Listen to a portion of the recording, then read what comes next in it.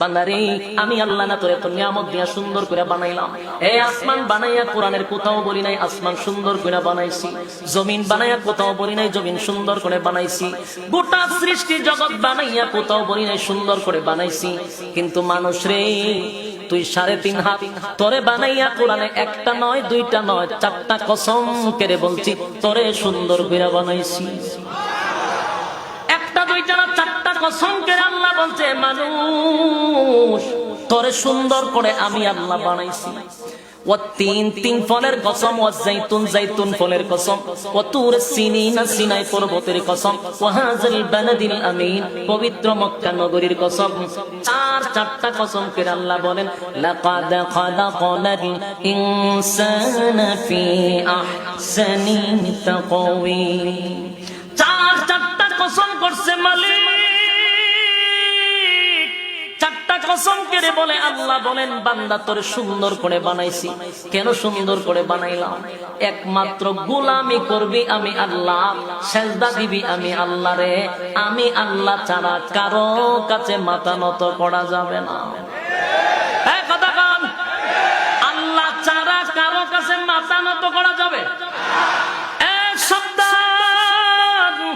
রব্বে কারীম বলেন শিরিক যদি করস বান্দা কোনো মাফ নাই। সেজদা দেওয়ার সাথে সাথে ঈমান তালাক দিয়া চলে যায়। মাজারা দেন বাজারা দেন, আগে দিত মরাটারে সেজদা, এখন দেখছি জিন্দাটিরও সেজদা মাইরা দেয়। ঈমান কিন্তু তালাক দিব। ঈমান নাই অথচ দাড়ি আছে, টুপি আছে, পাঞ্জাবি আছে, হাতে তসবিহ আছে, নিজেরে ঈমানদার দাবি করে কিন্তু ঈমান চলে গেছে। এই জন্য আল্লাহ আমাদেরকে টার্গেট করে বলে বান্দারে ঈমান আন আমি আল্লাহর উপর। যদি ঈমানের এত দাম, গুনাহ করতে করতে করতে বান্দা পাহাড় পরিমাণ গুনাহ করছে, সাগরের ফেনা পরিমাণ গুনাহ করছে। একটা সময় যদি বান্দা গুনার উপরে লজ্জিত হয়ে যায়, বান্দা যদি স্বীকার করে আল্লাহ আমি তো গুনাহ করতে করতে পাহাড় পরিমাণ গুনাহ কইরা ফলাইছি, আল্লাহ আমি গুনাহ করতে করতে সাগরের পেনা পরিমাণ কইরা ফলাইছি, আল্লাহ আমি যেদিকে তাকাই শুধু গুনাহ আর গুনাহ। মাবুদ গো, আমার গুনাহ সম্পর্কে যদি মানুষ জানতো, আমারে মানুষ ইজ্জত করতো না। আমার গুনার ব্যাপারে যদি বাবাই জানতো, বাবা সন্তান বলে স্বীকার করতো না। আমার গুনাহটা যদি মা জানতো, মাও সন্তান বলে ডাক দিত না। আমার গুনাহ যদি আমার সন্তানরা জানতো, আব্বা বইলা কোনোদিন আমাদেরকে ডাকতো না। আমার গুনাহ যদি গ্রামের মানুষ জানতো, নেতা বলে ডাক দিত না। এই গুনাহ একমাত্র মালিক জানে। সেই মালিকের সাথে যদি গভীর রজনীতে নজুলে রহমতের সময়, যেই সময় মানুষ স্ত্রী পুত্র লইয়া ঘুমায়া যায়, পশু পাখিরাও ঘুমায়া যায়, নিঝুম রাত্রিতে যদি আসামির বেশে আপনি যদি আল্লাহর কাঠগড়ায় দাঁড়াইয়া 2টা হাত তুলিয়া যদি চোখের পানি ছাইরা গুনার উপরে লজ্জিত হয়ে যান, আর যদি বলেন মালিক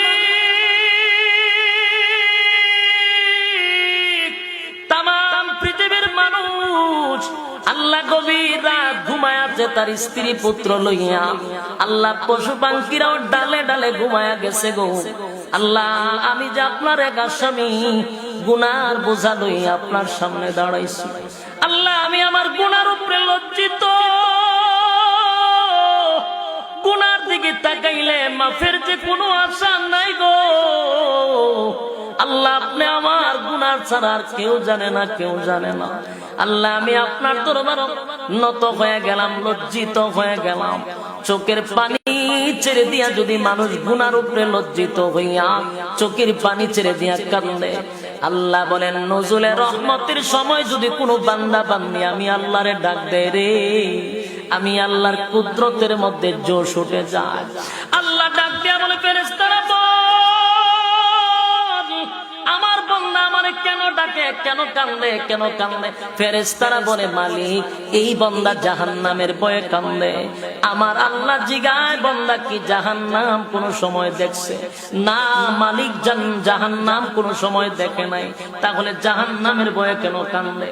বলে ওয়াজ মাহফিলে বৈশা বৈশা জান্নাত জাহান্নামের বয়ান শুনছিল, শুই না এখন জাহান্নামের ভয়ে কান্দে। আমার বান্দা কি কোন সময় জান্নাত দেখছে? না মালিক জান্নাতটাও দেখে নাই। জান্নাত না দেখা জান্নাতের আশায় কান্দে।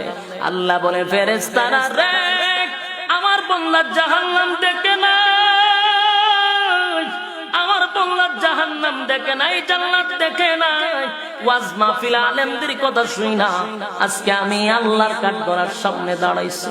ভিক্ষুকের মতো হাত বাড়ায়া দিছে, চোখের পানিটাও ছেড়ে দিছে, আগামীতে আর গুনাহ করবে না এমন ওয়াদা করছে।